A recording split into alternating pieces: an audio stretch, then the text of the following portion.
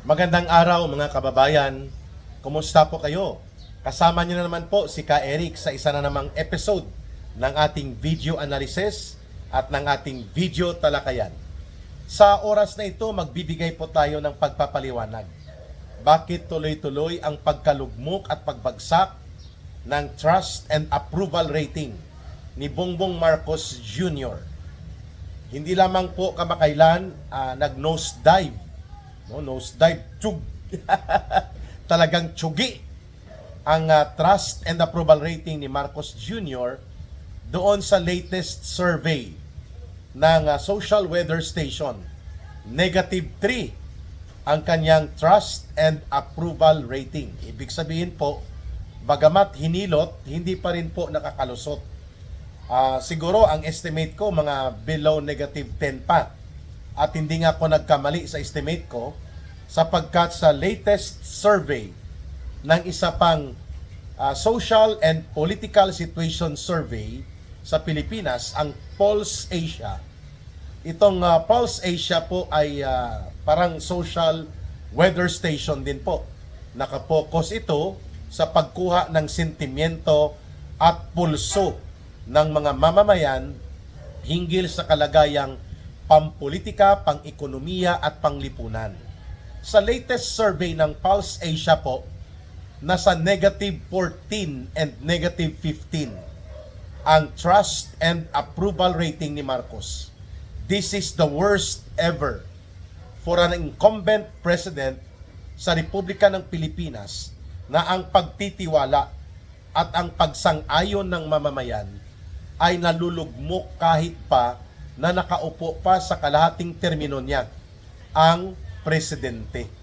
Wala po tayong nakita o nalalaman sa kasaysayan ng politika at panggobyerno sa Pilipinas na may ganito ka unpopular, may ganito ka kinamumuhian at ikinagagalit ng mamamayan ang pananatili sa poder maliban dito kay Marcos. Nung isa noon, ang kanyang tatay kinamumuhian din po yun. Galit na galit din ang mayoriya ng sambayan ng Pilipino sa diktadura ni Marcos Sr. Kaya nga po, pinatalsik at pinalayas po sila sa poder doon sa unang people power noong 1986, no, mga kababayan, sapagkat ang diktadura at pasismo, ang pagkamabangis at pagkamalupit ng gobyerno ni Marcos Sr. na umabot sa halos 20 taon ay nagtulak at nagbunsod sa mamamayang Pilipino na lumaban. So ito po ay panibagong antas ng pagkakaroon ng isang unpopular na presidente. Isang presidente na kinamumuhian at galit na galit ang mga mamamayan sapagkat kapareho ng kanyang tatay ay magnanakaw, mandarambong at nangungulimbat sa kaban ng bayan at walang pakialam sa totoong kalagayan at sitwasyon ng mga mamamayang Pilipino. Kaya bibigyan po natin ng summary of perspective, pagsumada kung bakit tuloy-tuloy po ang pagdausdos pababa ng pagtitiwala at pagsang-ayon ng mayoriya ng mga mamamayang Pilipino laban kay Marcos Jr. Una, mga kababayan, so dalawa na ito, no?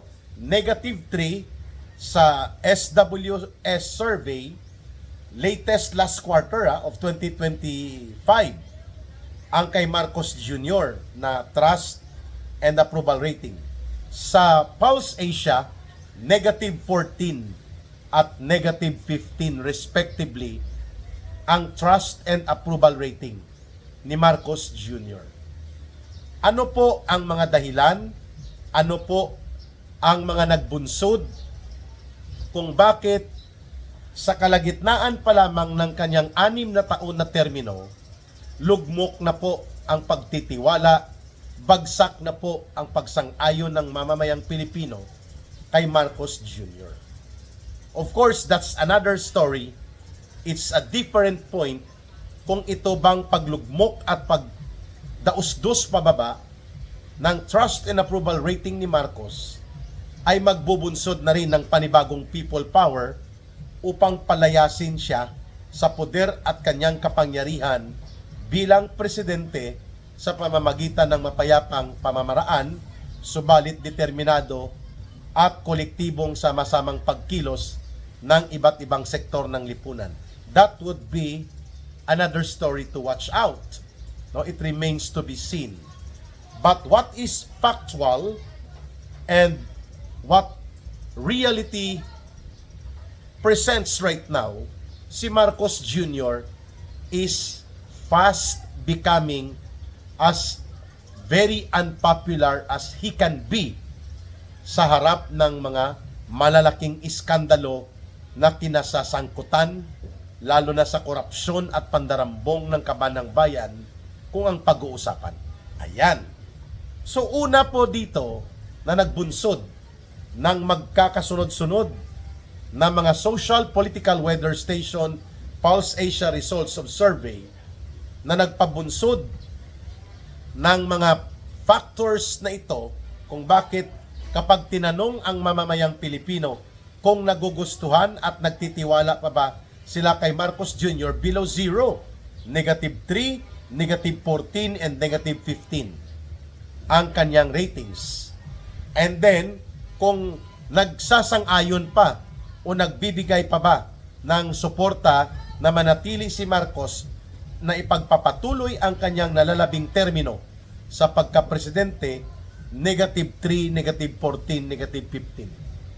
Ano po ang nagbunsod nito, mga kababayan? Number 1, hindi po mapasusubalian, hindi may tatanggi at hindi kayang pagtakpan ng mga gimmick sa publicity, propaganda sa media, at maniobra sa ICI at Senate Blue Ribbon Committee ang naghuhumiyaw na katotohanan na ang sangkot na punong kriminal na salarin or the principal authors and mastermind ng pandarambong at pagnanakaw at malawakang korupsyon, walang iba si Marcos at si Romualdez.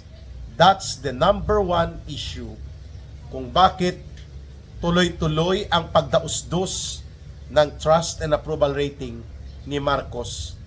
Kay Romualdez siguro -40 hanggang -50.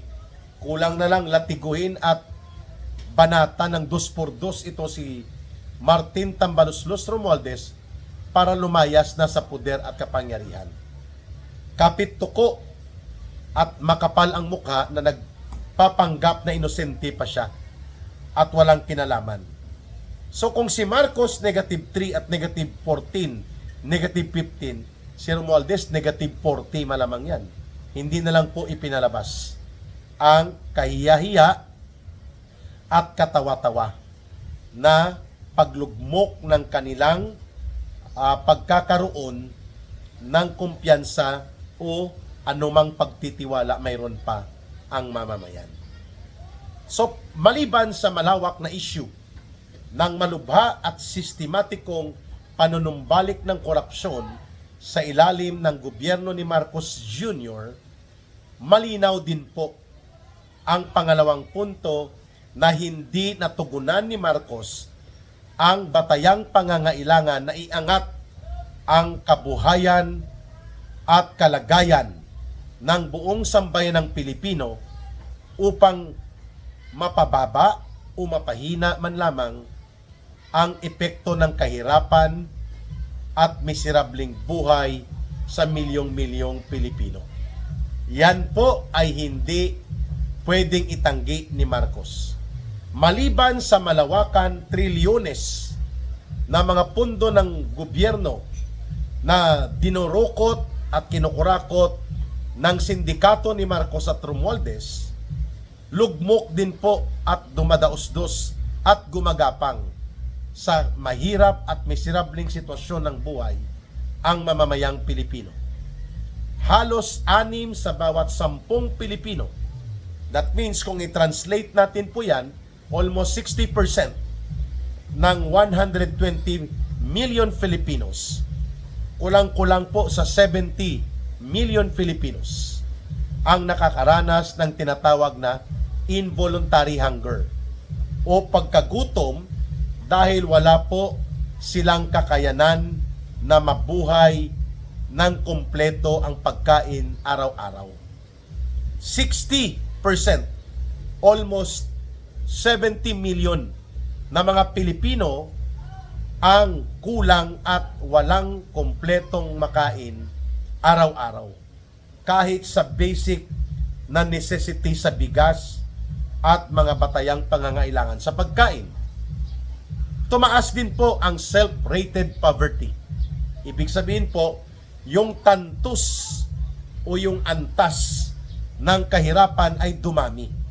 Mahigit kumulang po, mga kababayan, sa 53% ng mga Pilipino, mahigit kalahati po yun mga 60 million na mga Pilipino ang nabubuhay sa laylayan ng mahirap na buhay.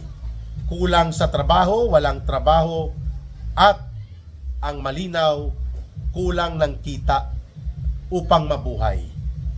At ang pinag-uusapan natin sa 60 million na mga Pilipinong ito, karamihan ito mga magsasaka, manggagawang bukid, magbubukid, mga katutubong pamayanan na tribo, at pati na po ang mga manggagawa, mga mangingisda, mga maralitang tagalungsod, at iba pang sektor na isang kahig, isang tuka, at walang regular na trabaho o permanenteng kita para mabuhay.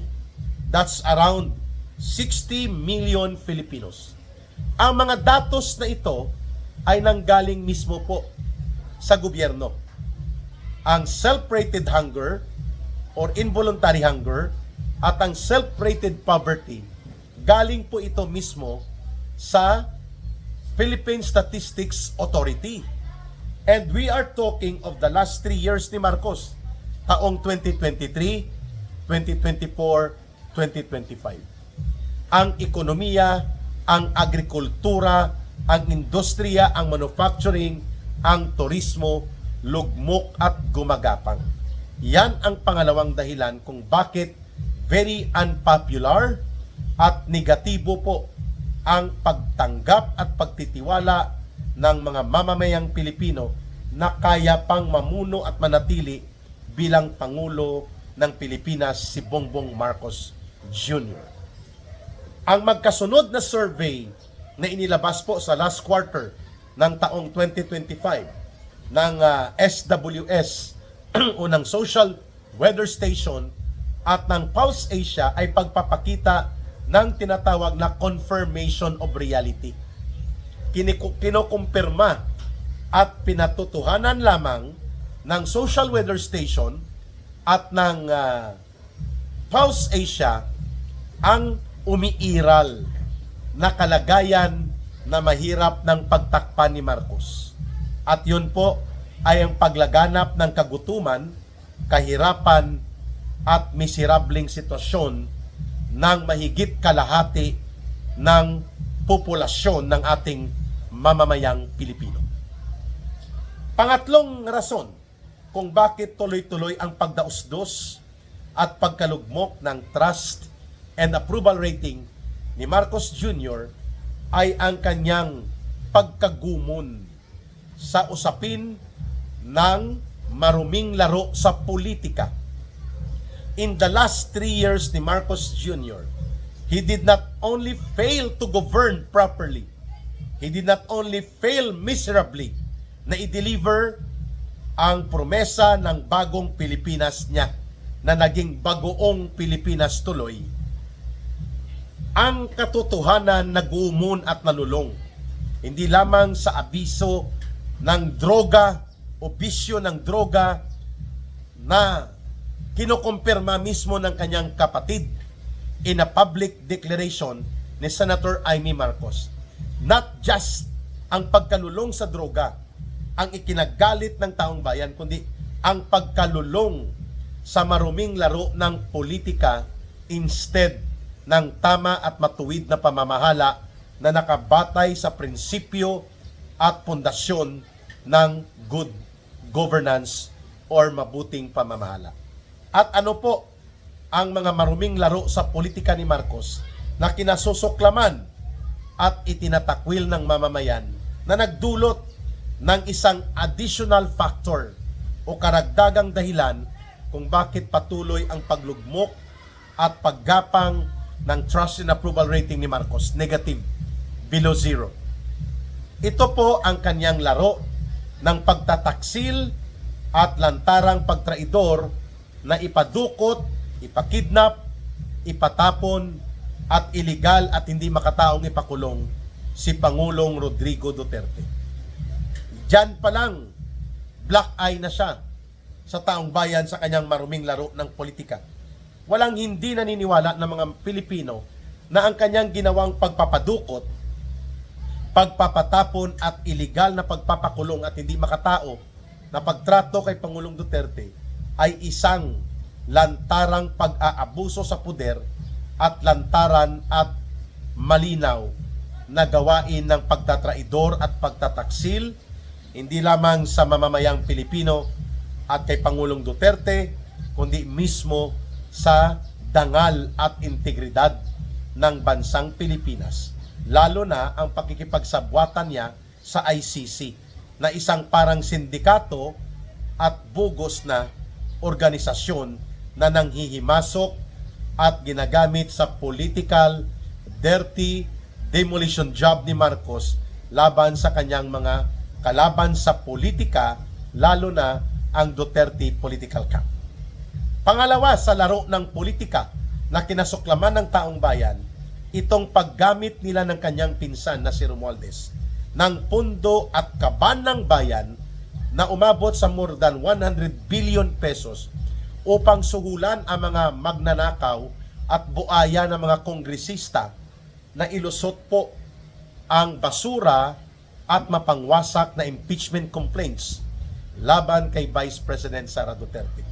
Diyan pa lang foul na si Marcos. Nakita ng mamamayan ang gawa-gawang kwento, ang mapangwasak na intriga at malisyusong maniobra na tanggalin si Vice President Sara Duterte, suhulan at gamitin ang pundo ng gobyerno upang gamitin ang mga magnanakaw at buaya ng mga kongresista lamang matanggal sa equation of political balance si Vice President Sara Duterte dahil takot na takot si Marcos at si Romualdez sa mga Duterte na manunumbalik ang strong rule of law. So ang paglunsad ng isang pinunduhan ng pondo mula sa taong bayan at buong katarantaduhang impeachment nila, nakita ng mamamayan na ito ay mali at napakaruming laro sa politika. At kasama pa dyan ang kanyang pakikipagsabwatan kasama ni Romualdez sa mga urban operatives ng CPP, NPA, NDF, ang mga party list at mga urban operators ng Communist Party of the Philippines, New People's Army at NDF, ginagamit nila ni Romualdez bilang mga attack dogs at bulldogs nila upang ilunsad ang marumi at mapangwasak na laro sa apoy ng maruming politika nila ng kanyang pinsan in order to consolidate power by eliminating any form of threats dyan sa kanilang poder at kapangyarihan. Di bali nang nakawin at durubuhin ang kaban ng bayan, basta masaya lang ang mga kongresista upang matanggal si Sara Duterte.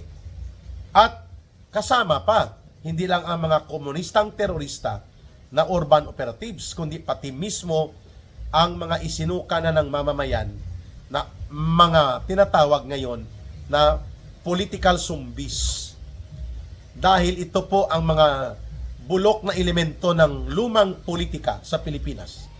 Ang grupo ng Dilawan Pinklawan, nila Hontiveros, The Big Joke Trillanes, Lola Laila de Lima, Jokno, among others. Itinakwil na po yan ng mamamayan.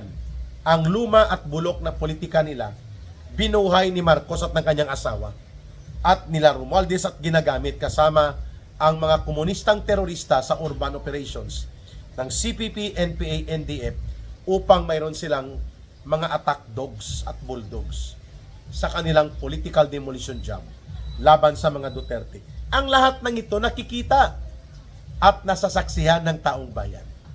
Kaya, ang panghuli na contributory factor ay ito pong pagkakalantad na ni Marcos. That he has no mental condition and capability of a sound mind and healthy mental capability na magpatuloy na mag-discharge ng duties and functions of the President sapagkat mismo ang kapatid niya na si Senator Amy Marcos ang nagkukumpirma that he is a chronic drug addict. Matagal at mahabang panahon at hanggang sa kasalukuyan, nagdudurog ng mga iligal na droga si Marcos Jr., ang kanyang asawa at ang kanilang mga serkulo ng kanyang mga kaibigan at pati na ang kanyang pamilya. At yan ay seryoso na pagbubunyag. That until the present time, matatapos na lang po ang taong ito, hindi pa nagpapa-undergo ng hair follicle DNA type testing of illegal drugs abuse si Marcos sapagkat alam ng taong bayan na talagang mabubuljak siya sa resulta nito. At pwede talaga siyang tanggalin na maging presidente sapagkat hindi pwedeng drug addict na mamuno sa buong bansa, na maging commander-in-chief ng Armed Forces of the Philippines at ng Philippine National Police. So, yan po mga issue yan ha. At syempre, ang panghuli pa pala, nakalimutan ko lang, na maidagdag kanina, mas pinapaboran at inaaruga ni Marcos ang mga oligarko at gahaman na mga malalaking negosyante at mga malalaking mga korporasyon na kasabwat niya at mga ruling elites na nagpapasasa sa kayamanan ng bansa at patrimonya at resources ng buong sambayan ng Pilipino. Yan ang barkada niya. Yan ang kanyang inaatupag. Yan ang nakapaligid sa kanya, mga kababayan. Kita at nararamdaman po ito ng mga mamamayan. Hindi po ito maililingid o maililihim sa kanila.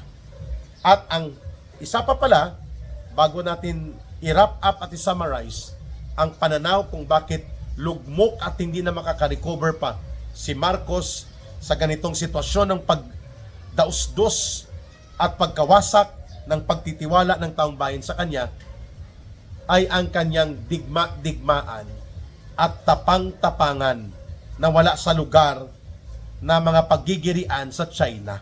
Instead na diplomatiko at matuwid at prinsipyadong pakikipag-usap, digma-digmaan at gimik-gimikan ng pagpapakatuta sa Estados Unidos. Kita din po ito at nararamdaman ng taong bayan. Kaya the succeeding surveys in the last quarter of 2025 nagpapakita na ang gobyerno ni Marcos at Romualdez is a failed government at nararapat na ito ay matanggal, mapaalis at matapos na ang kanilang paghahari-harian at paggamit at pag-abuso sa pundo at poder ng buong pamahalaan. Mga kababayan, diyan na po tayo patungo. Yan na po ang patutunguhan ng mamamayang Pilipino. Kaya sa gustong tumulong at sumuporta sa Bangon Sambayanan People's Movement Advocacy for Good Governance and for People's Agenda, you can support through our GCash line and support line of coordination. Ang numero na gamit natin ay ang 0916-308-7710. Uulitin ko lang po ang ating GCash line at ang ating line of support, 0916-308-7710. Kay Rohilda Langging Celis po yan, mga kababayan. Maraming salamat. Mahalin po natin ang bansang Pilipinas. Walang ibang magmamahal nito, kundi tayo ring mga Pilipino. Para sa Diyos at sa Pilipinas, nating mahal. May God bless everyone, and may Allah will be with those who are Muslim brothers and sisters. Bye for now. Mabuhay at maraming salamat. Ito po muli si Ka Eric.